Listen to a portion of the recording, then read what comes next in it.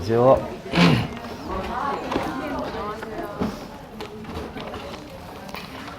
지난주에 한 주 하나 못 끝난 거는 이따 마지막 시간에 하시고, 우리 오늘 처음부터 다시 한번 그 이론 정리를 하시면서, 이제 뭐 이번 달에 이제 하실 거는 이제 시험이 이제 얼마 안 남았으니까, 이제 요약, 시험이 얼마 안 남았잖아요, 이제. 그쵸? 그 시험이 이제 5월달 됐으니까 5월달 또 금방 시간이 가지 않습니까? 그래서 좀 서둘러서 정리를 좀 하시는 게 맞습니다. 이게 그 시험이 그렇게 여유 있게 남은 게 아니죠. 1, 2, 3, 4월 달은 갔고 이제 5, 6, 7, 8, 9, 10 이렇게 해서 한 6개월 남았는데 그 6개월이 좀 안 남은 거죠. 근데 이제 5월 달 또 어영부영 하다 보면 또 금방 가니까 그 부지런히 좀 정리를 좀 하시는데, 이제 공법은 이번 달에는 그 요약집 같은 걸 좀 잘 이용해서 또 특강도 한번 진행을 하고 그렇게 할 테니까 일단 빨리 요약을 하시는 게 중요합니다. 요약을 해서 자꾸 반복 학습을 해야 된다고요? 반복학습. 모르더라도 자꾸 이렇게 반복한다는 생각을 가져가셔야 돼요. 그러니까 이게 자꾸 이렇게 정체되어 있으면, 공부가 정체되어 있으면 그러면 이게 굉장히 힘들어집니다. 나중에 가면. 공법 때문에 이제 2차를 포기하고 이런 일이 생기는데, 시험이라는 건 빨리 끝나고 나가는 게 중요하죠. 이게 일종의 통과을이니까 빨리 하고 나가시려고 하면 이제 그 핵심적인 내용들을 빨리 좀 골라서, 또 어려운 부분까지 뭐 건드릴 필요는 없습니다. 그래서 어려운 부분들은 제가 중간중간에 이렇게 따로 좀 건드려 드릴 테니까 좀 집중을 해서 또 좀 보시고 그 정리를 좀 하시는 게, 예. 자, 우리 그 처음에 3페이지부터 한번 보실까요? 3페이지. 자, 우리 다시 또 처음으로 가서 국토의 계획 및 이에 관한 법률부터.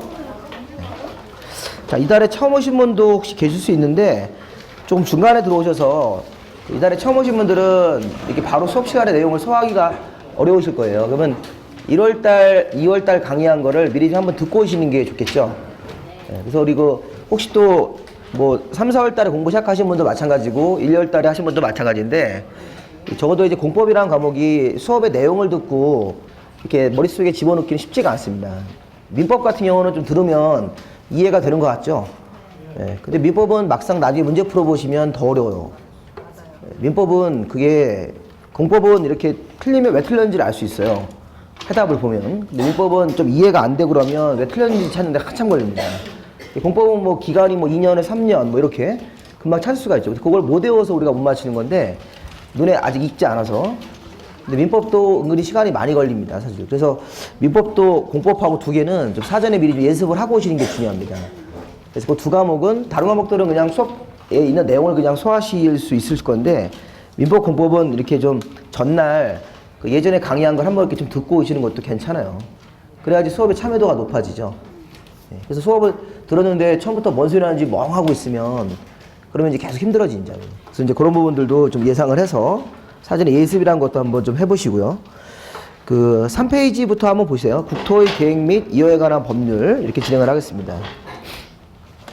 자, 우리가 국토의 계획 및 이어에 관한 법률은 그냥 간단하게 국토계획법이라고 호칭을 하는데, 국토계획법은 우리나라 국토에 있는 토지를 토지 소유자들, 기타 이용자들이 함부로 이용하지 못하도록, 토지 자체를 함부로 이용하지 못하도록. 왜냐면 토지를 자기 마음대로 이용하다 보면 다른 사람한테 해를 가할 수도 있다고요. 그런 기본적인 어떤 내용 자체를 이제 규제로 만든 거죠. 그럼 이제 가장 중요한 거는 국토계획법에서 처음에 나오는 게, 일단 용어가 시험 문제 나오죠. 이 국토계획법에서는 용어가 나오는데, 용어를 하기 전에 국토계획법의 전체적인 그림을 한번 그려볼 줄 아셔야 돼요. 국토계획법이 어떻게 구성되어 있나? 우리가 선계획으로 되어 있죠. 우리나라 국토 토지에 대해서 규제를 할 때는 제일 먼저 규제의 수단이 계획이기 때문에 선계획, 그 다음에 후개발, 이렇게 되어 있다, 구성 자체가. 국토계획법을 앞으로 공부할 목차를 잡는 거예요, 목차. 국토계획법은 어떻게 구성이 되어 있는가? 거기 보면, 잠깐 우리 3페이지 왼쪽에 보시면 2페이지에 그 선계획이라고 해서 광역도시계획이 있고, 도시기본계획이 있고, 도시관리계획이 있죠. 거기서 제일 상위적 위치를 차지하는 게 광역도시계획이다. 그래서 용어할 때도 바로 나오는데, 우선 광역도시계획이라는 것을 행정관청이 어떤 특정 장소에다가 수립을 해준다고요. 수립하는 목적은 이제 광역계획권의 장기발전 방향 뭐 이런 건데, 이따 좀 보시고, 일단 이름부터 광역도시계획이라는 게 먼저 수립이 되고, 그 아래 도시기본계획이라는 게 나오게 되어 있습니다. 원래 정확한 명칭은 도시군기본계획인데, 군자를 떼고 그냥 도시기본계획 이렇게 그냥 편의상 불러요. 그리고 광역도시계획에 부합하고 이 도시기본계획의 지침을 받아서 도시관리계획이라는 게 이제 토지위에 결정이 되죠. 오늘 날씨가 완전 장마철 같네, 그죠? 장마철 우기같이 돼가지고 이제 잘 이런 것도 견디는 것도 실력입니다. 날씨가 이래서 나 공부하기 못한다 해가지고선 공부 포기하고 오늘 집에 가서 그냥 술이나 한잔 먹어야 되겠다 이러면 그러면 그 여파가 이제 일주일 내내 갑니다. 그러니까 이제 그런 거를 잘 이렇게 마음을 다스리고 하는 것도, 그러니까 술을 드시기는 하는데 공부할 분량을 해놓고 드시라고요, 주말에. 그러니까 일주일 동안 내가 공부를 얼마큼 하겠다라는 걸 목표를 좀 세우세요. 그러니까 우리가 지금 주 초지 않습니까? 월요일 날 오면 내가 무슨 과목에 어디까지는 공부를 해놓겠다 이렇게 하고 나서 그냥 주말에는 쉬시는 거예요. 그런 게 필요하십니다. 쉬어야지 또 다음 주 월요일 나와서 공부를 하죠. 그래서 공부하는 것도 아니고 안 하는 것도 아니고 어영부영 이렇게 주말 지내버리시면 그럼 월요일 날 오면 더 짜증난다고요. 그러니까 실력을 아마 확 쉬세요. 쉬시는 것도 괜찮습니다. 이게. 그래서 하루나 이틀 정도는 공부를 분량을 만들어 놓고 그걸 좀 하시는 것도. 그래서 이게 공부가 사실 좀 이게 어떤 나름대로 계획이 좀 있으셔야 돼요. 계획. 그 계획 없이 그냥 막연하게 공부하시다 보면 나중에 어떤 한두 과목은 못 보고 들어가세요, 시험장에.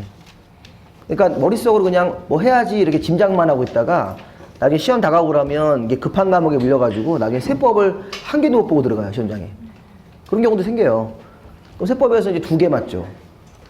그러면 이제 나중에 시험에서 떨어지는 경우도 생깁니다. 그러니까 이렇게 달력에다 스케줄을 좀 잡아 놓으셔야 돼요.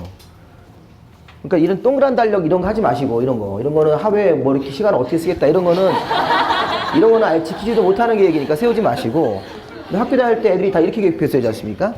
그러니까 이거 거의 지키는 애들이 없어요. 애들도 다 이게 보면 늦잠 자고 이러는데 이거 어떻게 지킵니까? 근데 이런 식의 수험생들의 계획표는 이거는 정녕 엉태 같은 계획표고, 달력에다가 몇 월 며칠부터 며칠까지는 민법에 총칙을 하겠다 이렇게 잡으셔야 된다고요. 그래야지 그러면 달력에 쭉 넘어가시다 보면 이게 공부 분량이 나온다고요.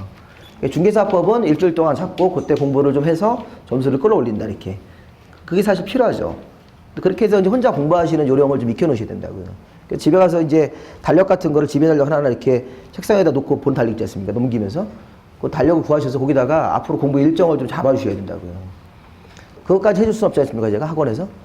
그렇죠? 그거를 여러분들이 스스로 내가 지금 공부가 부족한 부분이 1차에서는 내가 좀 아직도 민법이 좀 부족하다 그러면 민법의 스케줄을 이렇게 잡으셔야 된다고요. 뭐 3주 스케줄 잡든지 4주 잡든지 간에 그 기간에는 민법 집체교육이다 해도 집중적으로 민법만 하시는 거예요. 다른 건 아예 건들 필요가 없습니다.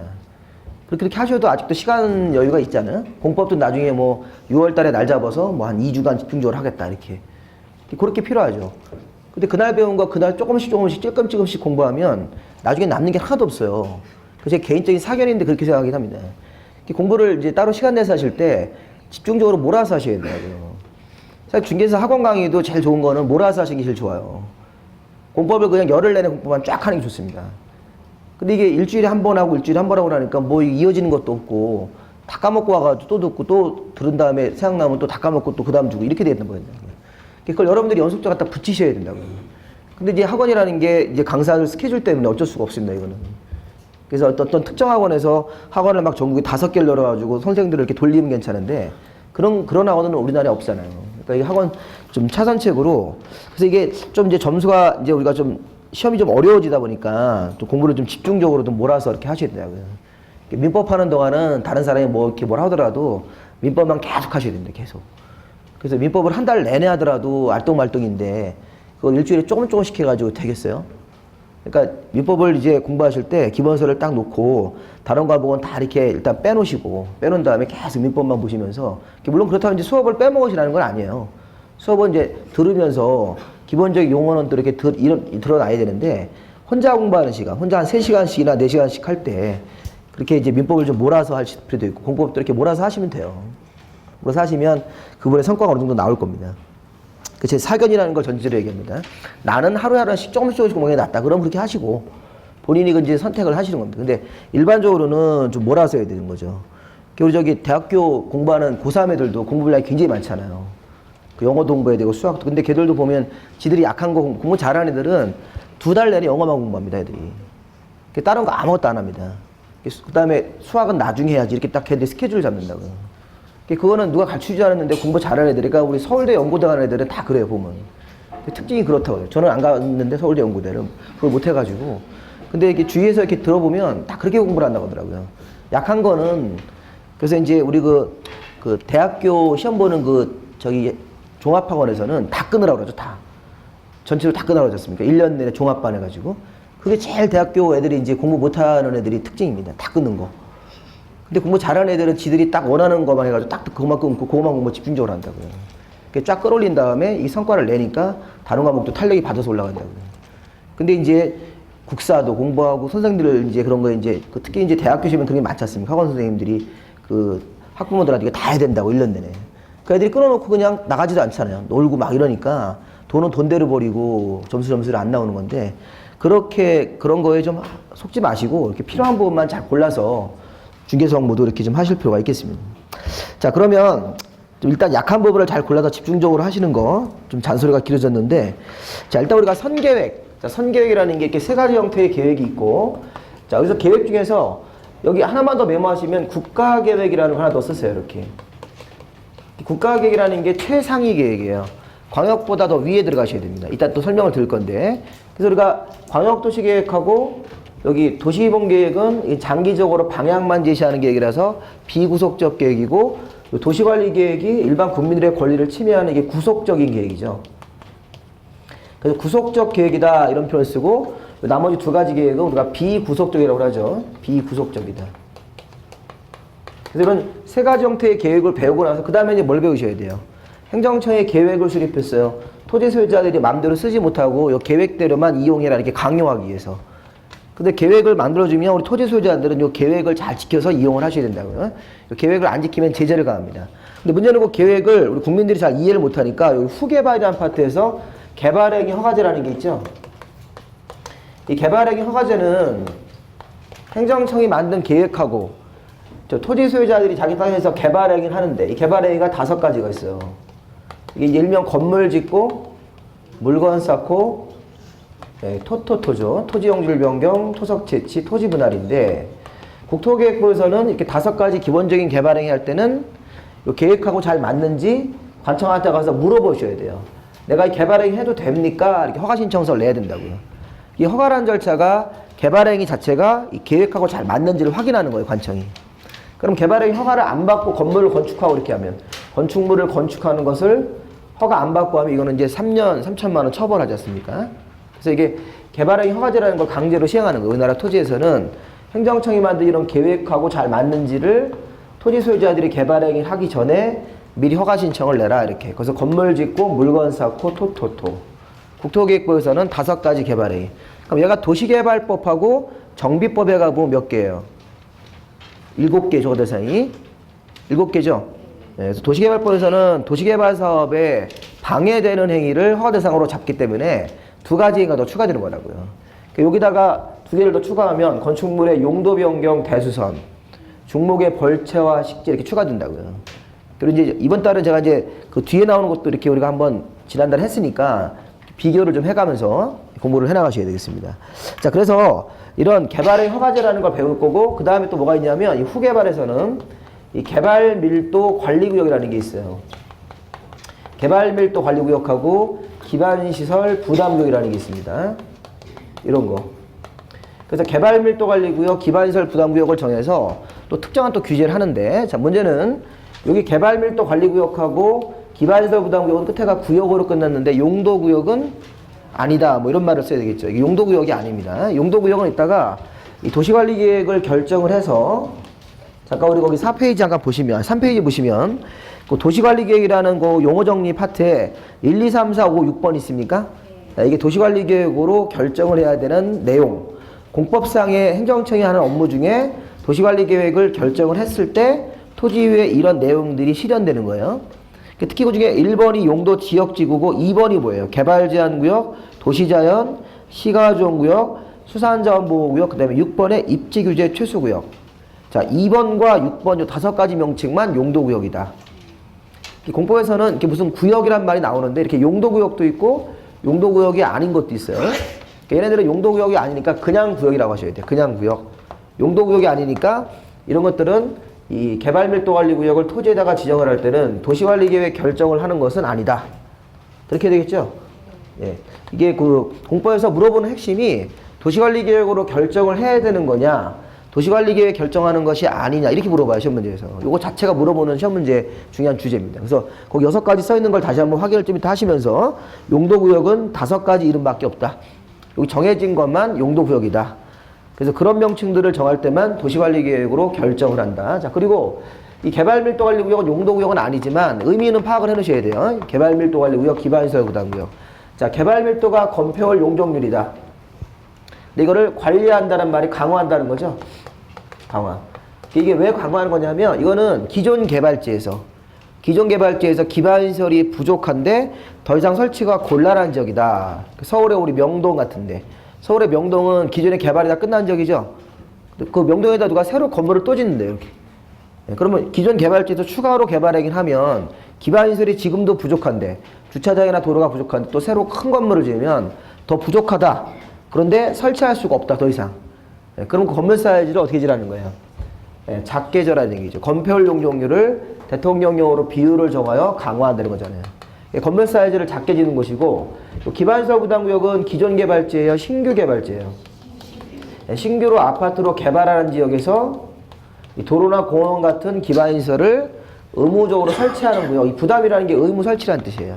신규 개발지에서 아파트 짓기 전에 기반시설부터 먼저 만들어라. 이게 기반시설 부담구역. 그래서 이제 개발밀도관리구역은 기존 개발지에서 하는 거, 기반시설 부담구역은 신규 개발지에서 하는 거. 이렇게 신규 개발지로 아파트 같은 거 짓기 전에 기반시설부터 의무적으로 만들어라. 이거는 기존 개발지에서 추가로 개발행위할 때 건물 사이즈를 작게 줘라 이거라고요. 이런 기본적인 용어를 모르시면 문제를 풀 수가 없으니까 항상 이 공법은 그 용어하고 자꾸 이렇게 익숙해져야 된다고. 용어. 그 용어를 잘 모르시면 공부 자체가 할 수가 없어요. 출발이 안 되잖아요. 자, 그래서 그런 부분들 좀 보시고 그 다음에 이제 그 밑에 뭐 도시계획 시설 사업은 따로 도로 만드는 사업이니까 그건 따로 좀 보시고 마지막으로 뭐가 있습니까? 토지거래 규제가 있죠. 자, 토지에 대해서 초기적인 거래가 있을 때는 토지거래를 맘대로 못하도록 규제하는 제도가 있다. 토지거래 허가구역 제도하고 선매제도가 있으니까 토지를 거래할 때 미리 허가를 받아라. 대표적으로 토지거래 허가구역 제도. 그럼 우리 국토기획부에서는 토지거래 허가도 있고 개발행위 허가도 있습니까? 이 개발행위 허가가 2개 있네요. 그렇죠? 국토기획법 내에서는 개발행위 허가라는 제도도 있고 토지거래 허가라는 제도, 허가 제도가 2가 있다고요. 근데 의미는 다르죠. 이 개발행위 허가는 땅에다가 건물 짓고 물건 쌓고 토지 형질 변경, 토석 채취, 토지 분할할 때 도시관리계획하고 잘 맞아요? 이렇게 물어보는 거라고요. 내가 하는 행위가 도시관리계획하고 잘 맞습니까? 확인해 주십시오. 이게 개발행위 허가제도라고요. 이 허가제도는 관청도 허가권자가 누구 있습니까? 이 특별시, 광역시, 자치시, 자치도, 시장군수죠. 각자 도시의 장들인데 여기 지금 토지거래허가는 토지에서 투기적인 거래가 있으면 여기 세종시 같은 데도 토지거래하고 여기 묶여 있잖아요. 그 안에 토지를 매매하기 전에 미리 허가받아라. 내가 매매하는 게 투기예요? 아니에요? 봐주세요. 이게 토지거래허가제라고요. 그래서 이 토지거래허가제는 관청이 시장군수 구청장님에게 허가 신청을 내는 거라고요. 허가권자가 다르죠? 이런 거. 그래서 이제 그 공법에서는 제가 처음에 우리가 기초적인 거 공부할 때 공법에서 나오는 관청이 국토교통부 장관이 국가행정청이고 여기 특별시장, 광역시장, 세종자치시장, 자치도지사, 그 다음에 여기 우리 충청북도나 충청남도 같은 도지사들도 있어요. 광역지방자치단체고 특광 밑에는 구청장이 있고 나머지 행정단위에는 시장군수들이 있다고 생각하시면 돼요. 이렇게 간단하게. 그럼 보면 우리가 좀 전에 여기서 개발행위 허가권자는 누구였었어요? 개발행위 허가권자는 특별시, 광역시, 자치도, 그 다음에 시장군수 이렇게 노란색으로 친 요분들만 개발행위 허가권자입니다. 여기가 이제 도시니까 우리 공법에서 도시라고 할 때 거기 도시기본계획이나 도시관리할 때 여기가 이제 노란색 체크한 이 행정단위가 도시니까 이 도시의 장들이 허가하고 아까 여기 토지거래 허가는 또 이건 또 이렇게 도시의 장이 아니라 또 시장군수 구청장 허가죠. 이렇게 된다고요. 그래서 어떤 경우는 시군 구청장 허가하고 어떤 경우는 특별시광역시 자치도 시장군수가 허가하고 막 이렇게 막 이제 섞어서 나온다고요. 그러니까 이제 공부하실 때 관청이 너무 어렵다 이렇게 관청이 너무 복잡하게 나가서 어렵다. 근데 관청이 어렵다는 얘기는 규제 자체를 이해를 못한 거예요. 토지거래과제가 무슨 말인지 이해를 못하니까 토지거래과제의 관청의 기억이 안 나시는 거예요. 개발행위 허가라는 제도 자체가 무슨 말인지 모르니까 당연히 허가권자가 누군지 당연히 생각이 안 나죠. 그러니까 관청을 못 외우시는 거는 관청을 못 외우는 게 아니라 그 아직 개념 자체가 서 있지 않아서 그런 거라요, 공법을. 그 개념 자체를 항상 세우고 나서 관청은 나중에 사실 하셔도 돼요. 그 자꾸 하다 보면 관청은 또 눈에 익습니다. 그래서 이제 관청이라든가 이런 기간을 외우는 게 너무 많아서 힘들다 그렇게 얘기를 하시는데 핑계죠, 일종의.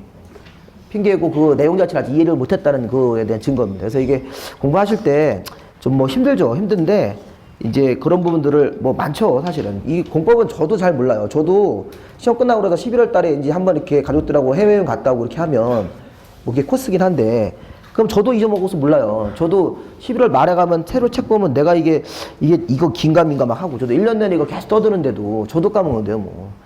그러니까 이게 공부하는 사람들은 당연히 까먹는 게 맞는데 우리가 이제 시험장 가기 전까지 딱 임시로 딱 그 내용을 좀 저장했다가 가서 시험 보고 오면 되는 거잖아요. 시험이라는 게 통과가 되니까. 그래서 그런 연습을 하셔가지고선 확인을 좀 한다고 생각하시면 되겠습니다. 그래서 이런 식으로 이제 공부를 하실 거니까 국토계획법은 이 순서대로 국가계획, 여기 보시면 선계획 중에서 이제 광역부터 이렇게 나가고 이 국가계획은 따로 좀 배우실 거니까 이렇게 이런 순서로 개발의 허가 두 가지 배운 다음에 이게 이제 공부하실 앞으로 내용들이 되는 겁니다. 그럼 바로 용어로 한번 들어가 보실까요? 용어. 국토계획부에서는 일단 시험에 국토계획법에 사용되는 용어 설명으로 틀린 것 뭐 이거죠, 시험 문제가. 용어에 대한 설명으로 틀린 걸 찾아라 이렇게. 그래서 그 용어를 보시면 광역도시계획이 있고 도시기본계획이 있고 도시관리계획이 있고 도시계획이라는 게 있는데 자 우선 요거 도시기본계획하고 도시관리계획을 이렇게 묶어요. 묶으면 요게 도시계획이 되는 거죠. 그 두 번째 용어를 먼저 보시면 두 번째 용어에서 그 특별시, 광역시, 자치자치도, 시군의 발전 방향에 대한 계획인데 도시기본과 도시관리계획으로 구분한다 이렇게 돼 있어요. 거기에 도시계획을 뭐 광역도시계획과 도시관리계획으로 구분한다 이렇게 표현하면 안 되는 거죠. 그것도 시험 문제에서 하나 이렇게 나올 수 있는 그 내용이니까 도시계획은 그 도시군계획인데 군자를 떼고 합니다 보통. 도시계획은 두 가지 계획으로 구분된다. 자 그럼 처음에 우리 용어에서 뭐 보시면 뭐 예전부터 하신 분들은 다 아는 내용이니까 지겨울 수 있지만 그래도 잘 보세요. 다 아는 거라고 하더라도 나중에 또 틀리시고 이렇게 하실 수 있으니까. 자, 광역도시계획은 광역시의 장기 발전 방향을 제시하는 계획이다. 이렇게 하면 안 되죠. 광역시가 아니라 광역계획권이란 말을 써야 돼요. 그럼 광역계획권이 어딘가 이게 궁금해야 되죠. 광역계획권의 장기 발전 방향을 제시한다. 국민들의 권리를 구체적으로 침해하는 계획이 아니라 발전 방향만 제시하는 계획이다. 근데 어디에 대해서? 광역계획권. 이 광역계획권은 두 개 이상 도시가 묶인 거예요. 두 개 이상 도시가 묶여 있을 때. 예를 들어서 제가 좀 이따 이럴 건데 서울특별시 중심으로 서울특별시 주변에 도시들이 쭉 있을 거예요. 경기도에. 뭐 성남, 뭐 안양시 같은데 이런 데를 이렇게 묶어요. 또 경우에 따라서는 여기 인근에 뭐 지금 이제 통합됐는데 청주청원 같은 경우도 예전에 묶여 있었어요. 청주청원 같은 경우가 광역계획권으로 지금은 통합시가 됐죠. 청주시하고 청원군이 몇 년 전까지만 따로따로 있었잖아요, 이게. 근데 이제 통합이 돼가지고 이제 지금 하나의 도시로 역할을 하지만 과거에는 청주청원을 이렇게 하나로 묶어서 청주청원 광역계획권 이렇게 선정을 한 적이 있었습니다. 근데 그런 거가 광역계획권이에요. 그래서 광역계획권 항상 두 개 이상 도시가 들어가야 돼요? 도시는 어디예요? 저기 노란색으로 줄치는데 특별시, 광역시, 자치자치도, 시군 저게 도시예요. 그러니까 도시라는 데는 이 노란색으로 표현한 여기가 특별시, 광역시, 세종자치시, 제주도, 자치도 그 다음에 여기 충청북도는 도시가 아니에요. 충청북도는 너무 범위가 넓어서 그렇다고요. 충청북도 밑에 뭐 청주시라든가 충청북도 밑에 영동군 여기만 도시로 보는 거예요. 그러니까 유성구도 도시가 아니에요. 유성구 도시가 아니라고요. 대전광역시가 도시라고 이렇게. 이거는 이제 공법에서 약속을 하는 거예요. 도시는 특별시, 광역시, 자치자치도, 시군을 이 공법에서 도시기본계획이나 도시관리계획이나 도시기본계획 할 때 거기를 도시로 보겠다. 이렇게. 그래서 이제 우리가 두 개 이상 도시를 묶으면 광역도시계획이 된다. 자, 그 다음에 아까 도시계획이라는 용어 있었어요. 자, 여기서는 시험 문제가 잠깐 도시니까 도시에 대한 계획이니까 금방 나와야 되겠죠. 특별시, 광역시, 자치시, 자치도, 그 다음에 시군 이런 각자 도시에 대해서 발전 방향을 제시하는 계획인데 자 얘가 아까 얘기한 대로 도시기본계획과 도시관리계획으로 구분한다 이렇게 무슨 계획과 무슨 계획으로 구분한다 그 부분을 좀 보셔야 되고 또 하나 주의할 점은 여기 군할 때 거기 뭐라고 돼 있어요 옆에 가로 열고 광역시 안에 있는 군은 제외한다는 말이 있습니까? 네, 이게 광역시 안에 있는 군은 빼고 도 밑에 있는 군만 말하는 거예요. 도.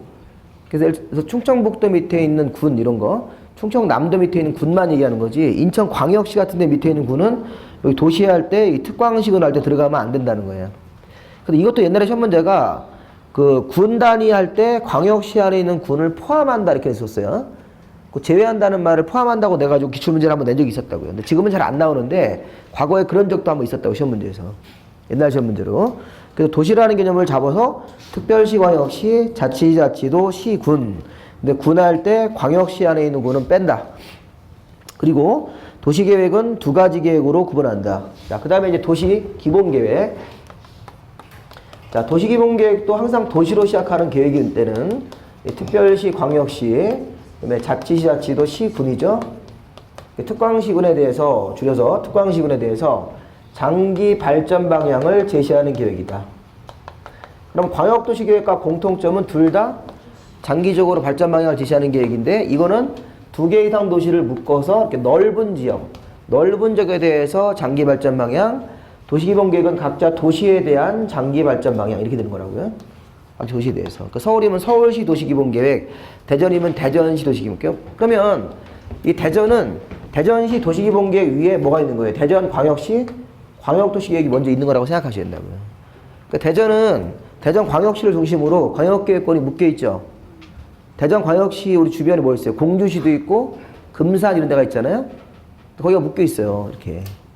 그게 대전시 광역계획권이라고 그래요. 대전시를 중심으로 이렇게 묶었기 때문에.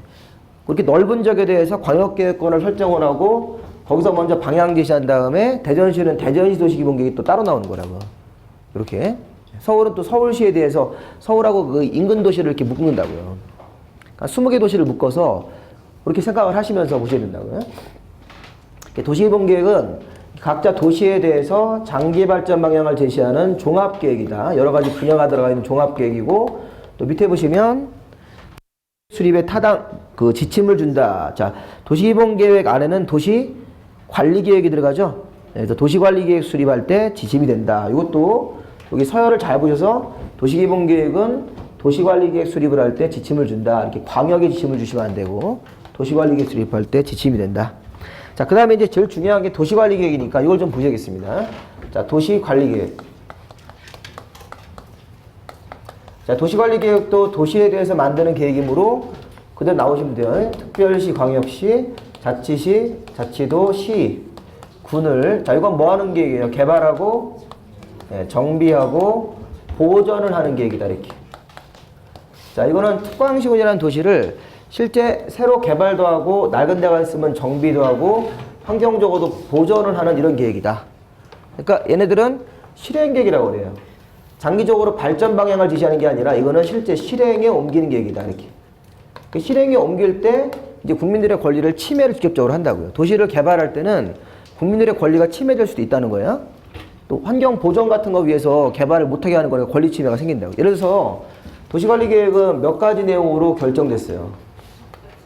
6가지로, 6가지. 도시관리계획은 6가지 결정되는 내용이 있다. 종류가 있다는 거죠, 종류가. 1번 도시관리계획 결정되면 토지 위에 용도 지역이라는 지도가 지정되고 또 추가적으로 용도 지구라는 게 들어가는 거죠. 이렇게. 용도 지역에다가 우리가 21종류라고 써야 돼요. 그러니까 용도 지역 이름은 가장 공부에서 기본이죠. 21가지 용도 지역 이름을 못 외우신 분들은 빨리 그걸 외우셔야 된다고요. 용도 지구는 용도 지역을 정하고 나서 우리나라 토지를 21종류로 이렇게 구분을 한다고요. 그러니까 여기 있는 필지는 준주거 지역, 그 옆에 있는 땅은 뭐 3종 일반 주거죠. 이렇게. 그 토지 하나씩 이름이 붙는다고요. 그리고 그 토지에서 그 정한 목적, 용도대로만 써야 된다. 이렇게. 여기 중심상업지역이면 그 상가 위주로 이렇게 짓는 거고, 또 공업지역이면 중공업지역이면 공장 같은 걸 짓고, 녹지지역이면 개발하지 말고 보존을 해야 되고, 뭐 이런 것들. 그 다음에 이제 용도지역 다음에 추가적으로 용도지구라는 것을 10종류를 정할 수 있죠. 그 다음에 2번 도시관리계획 결정이 돼서 개발 제한구역 같은 거, 도시자연 같은 거, 그 다음에 시가와 조정구역이라는 게 있었죠. 수산자원 보호구역 이런 것들이 있습니다. 그러니까 이런 명칭들을 정해서 주로 이제 기존의 용도지역 규제를 강화하고 주로 이제 강화하는 목적이 있고 6번 도시관리계획은 뭘 쓰죠? 입지규제, 최소구역이라는 걸 정합니다. 이런 거를 정해서 이건 주로 이제 규제를 이걸 용도적 규제를 좀 더 완화하기 위해서 규제를 최소화하는 구역이니까 규제를 완화하는 용도 구역도 있다. 용도 구역은 몇 종류입니까? 5종류. 이렇게 딱 5종류만 용도 구역이에요. 여기 용도 지역은 21종류고 용도 지구는 10종류 이름이 있으니까 일단 이 이름부터 먼저 외우셔야 된다고요. 이게. 그래서 시험 문제에서 다음 중 도시관리계획으로 결정하는 것이 아닌 것은 이렇게 낼 수 있어요.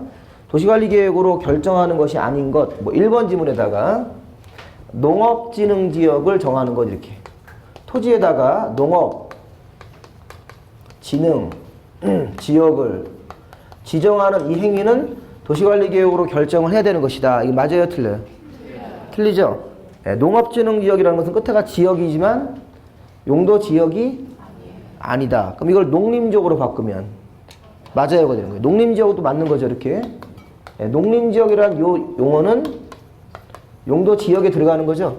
21가지 중에 농림지역을 했지만 이거는 농지법으로 농사가 잘 되는 농지를 보전하자 이렇게 정하는 명칭이라고요. 농지법으로 정하는 명칭은 용도 지역이 아니다. 국토기획법상 용어가 아니기 때문에 이런 걸 정하는 것은 여기 끝에가 지역이라고 하더라도 용도 지역은 아니다. 근데 이거는 용도 지역이다. 농림지역을 정해서 농지나 임야를 보전하기 위해서 이렇게 정하는 명칭들. 이런 걸 이제 구별할 줄 알아야 되겠죠. 아니면 아까 얘기한 대로 개발밀도 관리구역 같은 거. 지금 개발밀도 관리구역을 토지에다가 정하는 것은 도시관리계획으로 결정하는 거에 아니죠. 이것도 끝에가 구역으로 끝났지만 용도구역이 아니기 때문에 이런 것들은 다 이게 도시관리계획으로 결정할 사항이 아니다. 농림지역 정하는 건 도시관리 결정할 사항이 맞다. 이렇게 이제 구별할 줄 알아야 된다고요. 자, 그 다음에 이제 3번 도시관리계획은 뭐 하시는 거예요? 3번하고 4번. 자, 이거는 기반시설. 좀 이따 별 건데, 기반시설인데 도로나 공원이나 학교 같은 거. 자, 이런 것들을 새로 설치하거나 정비, 개량하는 것. 자, 4번 도시관리계획은 자, 새로운 시가지 만드는 사업, 도시개발 사업, 정비사업이라는 게 있죠. 이런 거. 도시개발 사업이나 정비사업을 해서 새로운 시가지를 최초로 개발한다. 정비사업은 구시가지를 정비한다. 이렇게. 그러면 기반시설 만드는 것도 일종의 사업이죠. 도로 만드는 사업이잖아요. 그 다음에 이거 새로운 시가지 만드는 사업, 정비사업. 요 세 가지 사업이 우리가 뭐라고 합니까?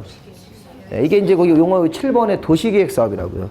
여기 이제 공익적 사업 성격을 갖고 있는 용어 정리할 때 조금 뒤쪽으로 가보시면 그 도시계획 사업이라는 게 5페이지 보시면 있죠? 5페이지.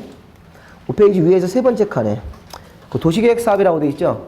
네, 그러니까 요 세 가지 사업을 우리가 모아서 도시계획 사업이라고 부른다. 옆에 보면 도시계획 사업은 도시관리계획을 시행하기 위한 다음의 사업. 도시계획 시설 사업인데 그 시설이 저게 기반시설이 도시계획시설이 되는 거니까 같은 거라고 보셔도 돼요. 기반시설이 도시계획시설로 이렇게 도시관리 결정되면 용어가 바뀌기 때문에 도시계획 시설 사업이 기반시설 만드는 사업이라고 해석하고 그 밑에 도시개발법에 따라 도시개발 사업이 있고 정비법에 따른 정비사업이라는 게 있다고요. 그럼 이 세 가지 사업을 우리가 모아서 도시를 계획적으로 발전시키는 사업에서 도시계획 사업이라고 얘기한다고요. 그럼 지금 우리 도시관리계획 결정을 했을 때 잘 보시면 이런 특징도 있습니다. 1번하고 2번, 6번은 무슨 사업하는 게 아니죠. 땅에다 명칭 정하는 거죠. 토지 소유자가 마음대로 쓰지 못하게 토지 소유자들을 규제하기 위해서 이렇게 명칭을 정하는 게 2번, 6번이고 2번, 6번이고 3번, 4번은 어떤 사업을 한다는 거예요. 이렇게 이제 특징이 있다고요. 이건 어떤 사업을 하는 거, 실제 장비가 들어가서 사업을 한다는 거예요. 땅을 파고 공사를 막 하고 이런 사업하기 위한 도시관리계획 결정도 있고 땅에다가 이런 사업 같은 거 안 하고 그냥 명칭을 정하는 것도 있다는 거예요. 명칭. 눈에 보이지 않지만 땅에는 다 이렇게 명칭이 들어가 있는 거라고요. 그런 식으로 인식을 하셔야 된다고요. 그래서 나중에 이걸 우리가 이제 도시계획 사업이라고 부르고, 자, 도시계획 사업 할 때는 이런 것도 생각하셔야 돼요. 수용권이라는 게 있습니까? 수용권? 네, 이게 공익적 사업이기 때문에. 수용권이라는 게 있죠? 네, 그러니까 수용은 일반 시세를 조사해서 시세 80%인 감정가라는 금액으로 강제로 뺏어버릴 수 있어요. 땅주인 입장에서는 굉장히 화가 나겠죠. 시세도 못 받고 강제로 뺏기는 거니까. 이런 식으로 수용권이라는 걸 주겠다. 그럼 공법에서 타인 토지를 취득하는 방법이 세 가지가 있어요. 그 중에 수용권을 주겠다는 겁니다. 우리 공법에서 타인 토지를 취득하는 방법은 잘 보세요. 지금 강제 수용권이라는 게 있고 또 조건이 맞으면 매도 청구권이라는 게 있어요. 제가 누구 땅을 지금 사고 싶다. 근데 강제로 뺏을 수 있는 수용이 있고 매도 청구라는 걸 해서 나중에 소송까지 가서 뺏는 방법이 있고, 아니면 일반적인 매매로 사는 방법이 있습니까? 이렇게 이 일반적인 매매로 사는 걸 우리가 이제 실무에서는 지주 작업이라고 그런다고. 이렇게 지난번에 주택법 할 때 이런 거 지주 작업 해두잖아요. 수용권이 없기 때문에. 또 일정한 조건하에 매도 청구라는 거를 행사하고, 매도 청구에 불응함이 있다는 소송까지 가서 재판을 해서 판사님이 판결문으로 소유권 이전해라 이렇게 하면 강제력이 생긴다. 그렇게 뺏는 방법도 있고. 수용이라는 거는 소송 안 가고 그냥 강제로 뺏는 거예요. 일정 시점만 되면 강제로 소유권을 그냥 뺏을 수 있어요. 근데 이거는 매도 청구라는 걸 할 때, 이 매도 청구는 시가로 매도 청구한다고요. 또 감정가로 적용하는 거고. 세 가지 중에서 여기 매매도 당연히 시가겠죠. 시가로 매도 청구, 시가로 매매하라고 설득하는 작업도 있고, 수용이라는 거 작업이 있는데 이 세 개 중에서 무슨 권리를 주겠다는 거야? 수용권. 그럼 이제 공법에서는 쭉 하다 보면 수용권이 있는 사업도 있고, 수용이 없고 뭐가 있다는 것도 있어요? 매도 청구. 여기 지금 정비사업 할 때 재개발에는 수용권이 있는데, 여기 재건축할 때는 매도 청구라는 게 몇 개 없죠. 예전에 우리 그런 거 배웠다고요. 재개발 재건축의 차이점 할 때 재건축 조합은 사업에 반대하는 사람이 있으면 매도 청구밖에 못 한다고요. 수용권을 안 주고 뭐. 이런 것들을 이제 우리가 한 번씩 좀 생각을 좀 넓혀 놓으셔야 돼요. 이런 게. 그래서 둘 다 없으면 매매로 사는 거예요. 매매로 사는 거로 하면 땅 주인들이 잘 팔아요, 안 팔아요? 안 팔겠죠. 내가 사장님 땅이 필요하니까 좀 파십시오. 그러면 안 팔겠죠. 저 같아도 안 팔아요. 땅값을 높여받으려고. 그런 과정에서 이제 생각보다 많은 돈이 나가고, 이래도 어쩔 수 없이 매매 살 수밖에 없다, 이렇게. 공법에서 이렇게 세 가지 형태의 권리를 취득하는 방법이 있습니다. 수용권을 주겠다, 이렇게. 그래서 이제 1번하고 이제 2번하고 6번은 어떤 땅에다 명칭을 정하는 거고, 이건 이제 사업을 하는 겁니다. 근데 마지막으로 이제 5번 도시관리계획은 토지에다가 지구단위 계획이라는 계획을 만들어주기 위해서 일단 지구단위 계획 구역을 지정을 먼저 하고, 거기다가 이런 지구단위 계획을 수립한다. 지구단위 계획 구역을 정하고 거기다가 지구단위 계획을 수립을 한다. 그 지구단위 계획이 뭐냐 이렇게 물어봤더니, 행정청이 만들어주는 세부 개발 계획. 행정청이 세부적으로 개발을 이렇게 해라 다 지시하는 계획이 지구단위 계획이다. 지구단위 계획 구역을 정하고 지구단위 계획이 수립이 되면 특정 장소가 개발할 수 있게, 지구단위 계획으로 개발할 수 있는 길이 열리는 겁니다. 5번 도시관리도 실무가면 괜찮은 거예요. 이게 이제 규제가 지구단위 계획으로 개발될 수 있는 가능성이 열리기 때문에. 이렇게 해서 우리가 6가지 도시관리 계획을 좀 보고 나서 다시 이제 앞으로 오십시오. 이제 다시 한번 보면 3페이지에서 도시관리 계획은 자, 특별시, 광역시, 자치지자치도, 시군을 개발정비 보전하기 위해서 만드는 계획 6가지 종류로 결정이 된다. 도시관리 계획의 내용이 6가지 내용으로 쭉 결정이 돼서 걔네들이 이제 의미를 이제 앞으로 파악을 하실 거예요. 도시관리 계획 배우시면서. 자, 그 다음에 이제 밑에 입지규제 최소구역 계획은 자, 6번 도시관리 계획 결정할 때 입지규제 최소구역을 정하고 거기서 규제를 완화하는데 그 규제를 완화하기 위한 세부적인 내용을 정하는 계획이 입지규제 최소구역 계획이다. 특별히 시험 문제 나올 건 없어요. 입지규제 최소구역 계획도 6번 도시관리 계획을 결정해서 만드는 계획이다. 그러면 입지규제 최소구역 안에서 거기 건폐율이나 용적률 높이 같은 것들에 대한 제한 같은 것들을 별도로 정해서 주로 이제 규제를 완화하기 위해서 일단 그 완화라고 좀 쓰세요. 입지규제 최소구역은 규제를 최소화하는 구역이니까 자, 원칙적으로는 정확하게 표현하면 강화 또는 완화예요. 입지규제 최소구역 계획을 만들어서 기존 규제를 강화 또는 완화하기 위해서 정하는 계획이다. 그 정도까지만 추가적으로 메모해 두시고, 자, 지구단위 계획으로 넘어가 볼까요? 자, 지구단위 계획은 그 지구단위 계획 구역 안에서 행정청이 만들어주는 세부 개발 계획, 세부적으로 개발 계획이 나왔다. 그게 지구단위 계획 나왔다는 거야. 자, 그럼 지구단위 계획은 전부에다 만드셔야 돼요? 일부에다 만드셔야 돼요? 일부죠? 네, 거기 전부라는 말이 들어가면 안 됩니다. 근데 어디에 전부예요? 도시계획 수립 대상 지역의 일부, 이렇게. 그걸 전부라고 하면 안 된다는 거야. 자, 우리가 도시계획 수립 대상 지역이 도시예요, 도시. 여기, 우리 좀 전에 이 도시계획 수립 대상 지역이 도시죠? 특별시, 광역시, 자치시, 자치도, 그 다음에 시, 군, 여기가 도시잖아요. 그럼 이렇게 각자 이런 도시의 어디에 대해서? 일부. 그러니까 서울특별시 전부에다가 지구단위 계획은 안 된다는 얘기예요. 서울특별시의 일부 동네가 개발되면 거기다가 지구단위 계획을 만들 수는 있다. 자, 대전광역시의 전부에다가 만드는 거는 도시기본계획이에요. 도시기본계획은 대전시 전체에 대한 발전 방향이니까. 대전시 안에다가 세부적으로 개발 계획을 만들 때는 항상 어디에 대해서요? 일부. 그러니까 대전시에 여기 용문동이면 용문동 여기다만 지구단위 계획을 만들어주는 거지 전체 지구단위 계획은 있을 수가 없습니다. 그래서 그걸 시험 문제에서 많이 물어봤어요, 과거에. 그리고 지구단위 계획은 도시계획 수립 대상 지역 일부에 대해서 만드는 계획이고 밑에 줄에 여기 뭐 체계적 계획적으로 관리하기 위한 계획이니까 뭐 체계적으로 만들어주는 체계적 계획적 개발을 위해서 행정청이 만드는 계획이다. 이렇게만 확인하시면 되겠습니다. 자, 뒤에 이제 기반시설로 넘어가겠습니다. 자, 우리 기반시설에서는 뭐가 중요한 거냐? 기반시설은 일단 그 삭제된 게 하나 있어요. 그 기반시설 중에서 그 도서관이 빠졌어요. 도서관. 최근에. 그 공공문화 체육시설 있죠? 그 읽다 보면 거기 연구시설 앞에 도서관이 있었죠? 이제 삭제, 삭제. 그거 지워버리시라고요. 그러니까 앞으로 도서관은 이제 기반시설로 인정하시면 안 됩니다. 도서관은. 자, 그러면 또 하나 추가적으로 메모할 게 이제 시험 문제에서 자, 기반시설은 이제 우리가 사회 간접시설 이런 말도 쓰죠. 다른 그 분야에서는. 기반시설이라는 게 우리 세금 가지고 우리 도시 생활을 효율적으로 유지하기 위해서 필수적으로 있어야 되는 이쪽이 간접시설들인데 이게 뭐 7종류가 있다는 거예요. 7종류가. 최근에 시험 문제에 2번 나왔는데 그 방제시설 옆에 뭐가 있고 보건위생시설에 뭐가 있고 환경기초에 뭐가 있다. 요거를 기본적으로 보자는 겁니다. 우리가 이제 비가 많이 왔을 때 수해 같은 거 나니까 하천이나 유수지, 저수지에서 이제 수해를 예방을 해주고 방화, 방풍, 그다음에 뭐 사방설비 뭐 이런 것들 있죠. 뭐 흙이 무너지는 거 이런 것들을 막아주는 역할, 사방설비 이런 거. 근데 문제는 이제 방제를 하수도는 방제시설이다 이게 기출 문제였었죠. 하수도는 다음 종 방제시설이 아닌 것 이게 시험 문제였어요.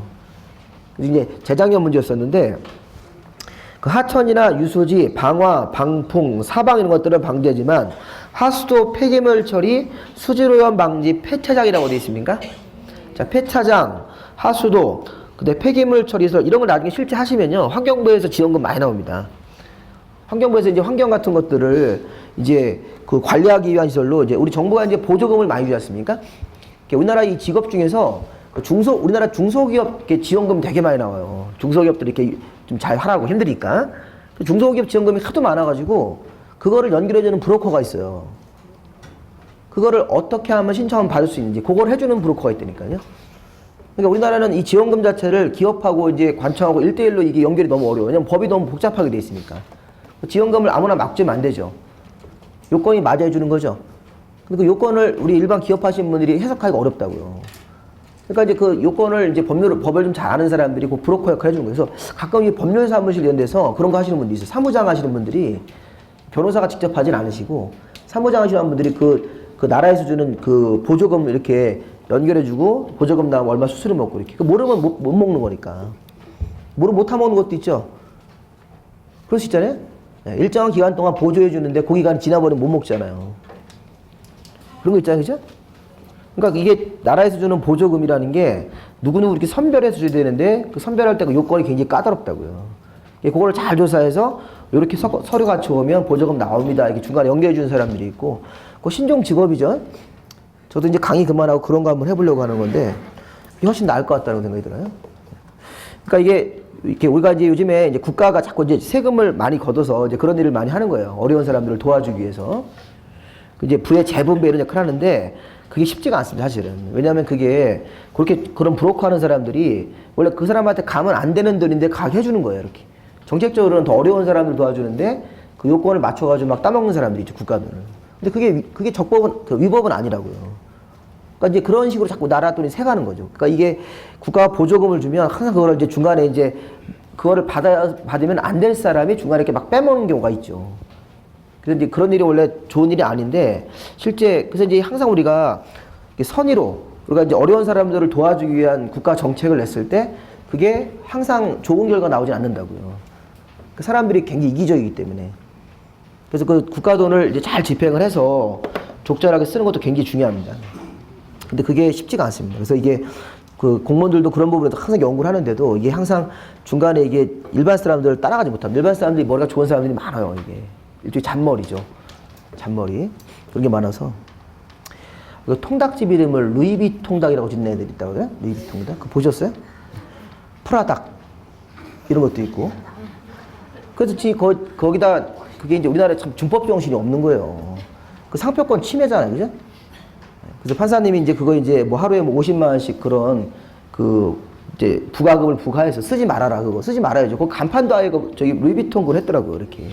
포장 자체도 아예 루이비통 그 갈색 그걸 해가지고 하면. 그러면 루이비통 그 상품 이미지가 깎이는 거잖아요. 그 이름도 루이비 통닭 이렇게 줘가지고 뭐 통닭계 명품을 추구한다 이렇게 얘기를 하는데 참 이렇게 준법 정신이 없는 겁니다, 이게. 외국에는 그렇게 되면 큰일 나요. 근데 우리나라는 법이 이종 간에 그게 없대, 이종 간에. 이종 간에 그 상품권 도용이 없대요. 동종 간에는 처벌한대요. 형사처벌도 하고 거기에 따른 손해배상도 이렇게 하지 않습니까? 근데 이종 간에는 그게 없대요, 법이. 그래서 지금 법을 또 만들고 있다고 하더라고요. 우리나라 법이 그렇게 많은데도 규제하지 않아야 될 거 규제하면서 정작 규제할 거는 또 그걸 안 하고 있더라고요. 그렇게 하면 안 되잖아요, 그죠? 프라다 그렇게 하면 안 되잖아요. 그러니까 참 보면 사람들이 이제 먹고 사는 게 힘들긴 하지만 그렇게까지 해서는 그거는 이제 남한테 이제 그 이미지를 침해하는 거니까. 여기도 그거 있나요? 루이비통 닭이? 저 광주 가면 있다고 그러던데. 그래서 아예 포장 자체를 그렇게 하고 뭐 닭도 이렇게 뭐 가방 루이비통 닭 이렇게 가방 메고 다니고 뭐 그렇게 모양 만들어서 하고 다니고 그러면 그래서 이제 거기서 고소를 했다고 하더라고요. 소를 제기해서. 근데 판사님이 재판하는데 법이 없어, 이게. 걔네들한테 손해배상을 이렇게 제기하고 형사처벌해야 되는데 이게 법이 없으니까 그냥 거기서 이제 조정 신청을 한 거예요. 이렇게. 그래서 얼마큼 배상해주고 그다음에 저기를 해라. 이 배상이죠. 이 배상인데 위법행위인데 근데 처벌할 법은 없어가지고 이제 민법상에 이제 그거를 조정 신청이 들어갔는데 이제 이게 원래는 이제 법을 만들어서 손해배상을 이제 부과해야 되는 거죠. 자, 거기 보면 그 기반시설에서는 7종류가 쭉 있는데 방제, 보건위생, 환경기초 그 부분을 좀 잘 좀 보시라는 거예요. 그래서 이 올해도 방제시설에서 뭐가 있고 보건위생에서는 그 사람들이 죽었을 때죠. 죽었을 때 처리하는 시설들이니까 환경기초, 하수도, 폐기물 처리, 수질오염 방지, 폐차장 같은 것들이 있으니까 네. 뭐 화장시설은 환경기초시설 이렇게 하면 안 돼요. 화장시설은 보건위생, 사람이 죽었을 때 화장하고 공동묘지에 매장하고 이 봉안시설이라는 게 납골당입니다. 납골당. 자연장지는 수목장하는 거고 이런 적들은 다 이 사람들이 이렇게 죽었을 때 그 처리하는 시설들은 보건위생, 방제, 환경기초. 나머지 이제 위에 4가지는 참고로 보셔도 됩니다. 거기 공간시설, 우리 가족들하고 놀러가는 공간, 광장, 공원, 녹지, 유원지 같은 거. 자, 그 다음에 밑에 그 기반시설의 세부는 그거는 참고. 자, 그 다음 용어가 도시계획시설. 자, 우리 도시계획시설이 뭐였어요? 기반시설 중 도시관리계획으로 결정이 된 시설. 자, 우리 좀 전에 배웠던 도로나 철도, 광장, 공원, 녹지, 수도, 전기, 가스 이런 애들이 처음에는 뭐라 불러요? 기반시설이다. 네, 그 기반시설을 설치하기 위해 여기 3번 도시관리계획을 결정을 해야 돼요. 기반시설을 설치할 때는 어느 위치에다 할 건지 규모를 어떻게 할 건지 위치라든가 규모 이런 것들을 미리 도시관리계획으로 결정을 해야 된다고요. 그럼 도시관리계획 결정이 되면 도로나 그 광장 공원을 부를 때 도시계획설인 도로다 이렇게 불러야 된다는 겁니다. 그래서 기반시설이 도시관리계획 결정이 되면 그때는 도시계획설이다 이렇게 불러주시고 자 광역설까지 하나만 더 볼게요. 자 광역설도 자 위에 있는 기반시설 중에서 자 일부 시설을 빼서 재분류를 한 건데 자 광역설의 포인트는 자 올해 예상 문제요. 2개 이상 특광시군이 공동으로 이용하는 광역시설. 자, 몇 가지만 줄을 쳐보세요. 그 항만, 공항, 자동차 정류장, 공원, 유원지까지 이렇게. 자, 우리 인천의 공항이나 항만, 그 다음에 공원이나 유원지는 2개 이상 특광시군이 공동으로 이용하는 것. 근데 밑에 2개 이상 특광시군에 걸쳐 있는 것도 있어요. 걸쳐 있는 거. 그 걸쳐 있는 건 뭐예요? 도로, 철도, 운하, 수도, 전기, 가스, 광장, 녹지죠. 자, 공부하다가 우리 도로, 철도, 운하는 도시와 도시를 연결하는 교통설이다. 수도와 전기가스도 도시와 도시를 연결하면서 쭉 이렇게 연결된다고요. 그럼 얘네들은 걸친다고 볼 수 있죠. 근데 문제는 광장 녹지가 문제예요. 광장 녹지. 자, 광장 녹지가 원래는 거의 기반시설의 종류 7종류에서 공간시설이죠. 공간시설에 광장, 공원, 녹지, 유원지가 같이 다 들어가 있잖아요. 네. 비슷한 성격으로. 우리 이제 휴식하는 공간이니까 여기가. 근데 얘가 광역시설 쪽으로 분류할 때는 분리가 돼 있어요. 공원하고 유원지는 2개 이상 특광시군이 공동으로 이용하는 거고 그 다음에 광장이나 녹지는 똑같은 공간시설이지만 걸치는 거로 돼 있다고요. 그래서 그거를 이제 하나 좀 찍어줘가지고 공부를 하셔야 된다고요. 다음 중 2개 이상 특광시군에 특광시군이 공동으로 이용하는 광역설이 아닌 것은 그럼 답이 이제 뭐가 되는 겁니까? 광장 녹지.